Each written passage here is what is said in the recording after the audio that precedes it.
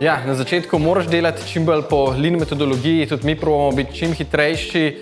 čim bolj agilni, se čim hitrejši odzvati na trg. Tudi v začetni fazi ni dobro biti čist največji perfekcionist, zaradi tega, ker bolj, da si zagovarja metodologijo, da si hitrejši na trgu, videti odzive trga in potem sam izdelek tudi prilagajati na odzive trga. Je pa tudi ful pomemben, da nismo preveč varni na celotni poti, da znamo pač tvegati, da znamo zaznati tudi točko, ki je treba mogoče več investirati, začeti investirati tudi v sam marketing, v rast, v razvoj.